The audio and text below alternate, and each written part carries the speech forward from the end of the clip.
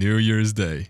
If you're watching this video, you have probably been thinking about cutting some pounds in the future.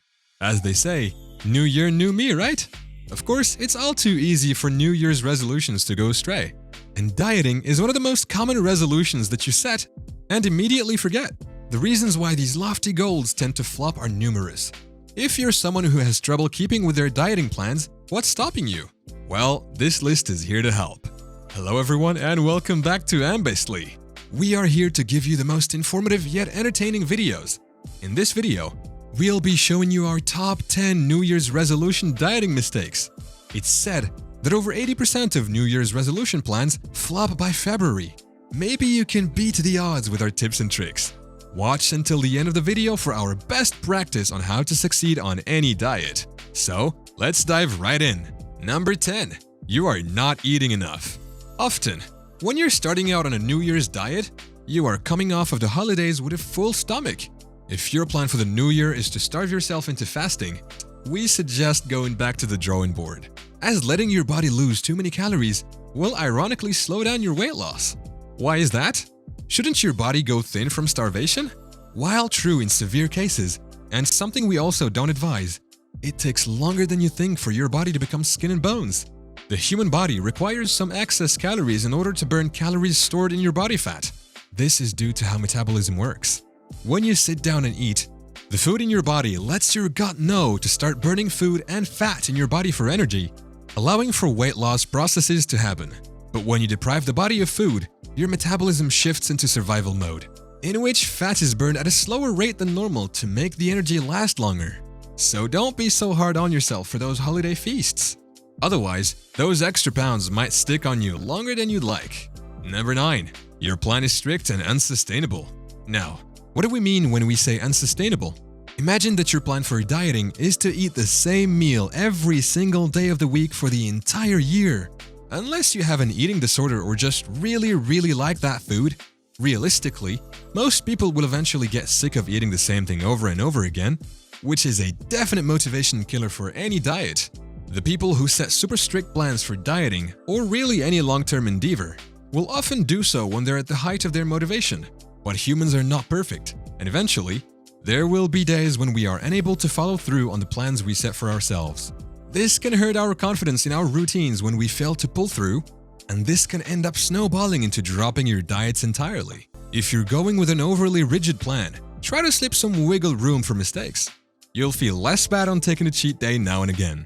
Number 8. You are not specific enough with your goals. This one is also not just good for dieting, but for life goals in general. If you want to get something done in the long term, the best way to keep yourself on track is to be specific with the steps to achieve what you want to achieve. Otherwise, you might get lost and give up on your goals entirely. This might have been you at one point. Okay, so your goal is to lose weight. How much weight are you hoping to get down to? Do you know what foods you're going to eat? How about exercise? Any weekly goals to achieve? On the opposite end of strict overplanning is underplanning.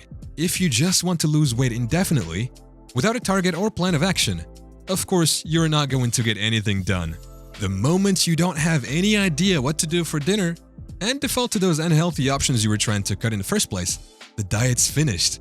If you're going to take dieting seriously, have goals you can easily measure while making them flexible enough to work around. It's hard, but possible. Number 7. You are trying to diet while already stressed.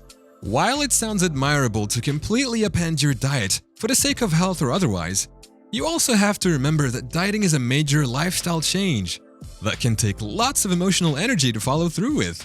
So, if you're finding yourself dealing with lots of baggage at the end of the year, it might not be good to try and do something so difficult on top of anything else you have on your plate. Look no further than stress-induced binge eating. If you're not only going through a hard time, but also cutting back on unhealthy yet comforting favorite foods, that is just a recipe for a hard rebound into overeating once you break under the pressure of not being happy about either your problems or your meals. Number 6. You're trying to lose weight when you don't need to. Slimming down is something that society's standards of beauty tend to uphold as a universal good. But in terms of physiology, our bodies process weight changes differently than one another. The longer your bones are, the more body mass that you are able to accrue over time. Therefore, the healthy weights of individuals can vary. Going by this, There are some cases where a person can be more concerned about their weight than they should be.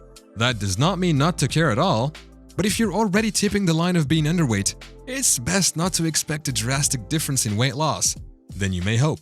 If you go in thinking you have more weight to lose than you do, you'll be discouraged when your weight ends up in a plateau. What kind of diets have you tried in the past? Let us know in the comments below. Now, back to the video. Number 5. You're using a fad diet.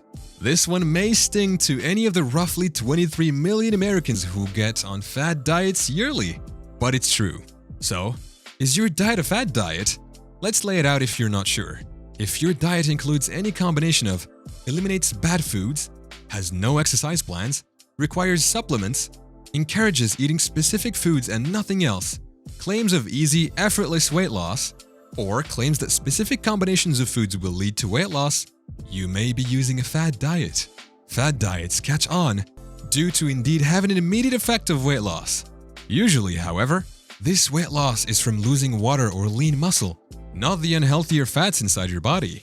Because these diets are unbalanced and can be unnecessarily strict, not only are they hard to keep up in discipline, but they are also not good for your body.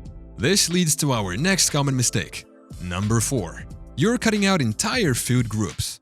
Even outside of fad diets, you can fall into the trap of eating nothing but one type of vegetable for the year. While absurd, it sounds like it should be healthy, right? It's a healthy vegetable. As the saying goes, there can be too much of a good thing. Humans need balanced diets of both good and seemingly bad things in order to function properly. For example, a completely fat-free diet, while on paper sounds appealing, can lead to vitamin and immune system deficiencies if taken too far. Similarly, a diet without proteins can cause a number of muscle weaknesses and anemia in your body. There's more to good health than just weight. Make sure your diet won't strain your body, otherwise, you'll fall off in trying to survive problems that don't involve your weight. Number 3. You are not looking at nutrition labels. Let's say that your diet is already balanced and you have been able to keep it up. Great! But maybe you're not seeing the results even after sticking to your supposedly healthy diet. Why is that? Many types of packaged foods come with lots of added preservatives and other substances that can have adverse effects on your weight management. A common problem area for vegetarian options is the contents of salad dressings. Overdose your greens with too much dressing, and your calories counts might skyrocket without you knowing. Be sure to try and count your calories. Even just glancing at the calories per serving and nothing else on the label is a huge help in gauging your consumption levels. Number 2. You're treating dieting as short-term. Weight loss is a marathon, not a sprint.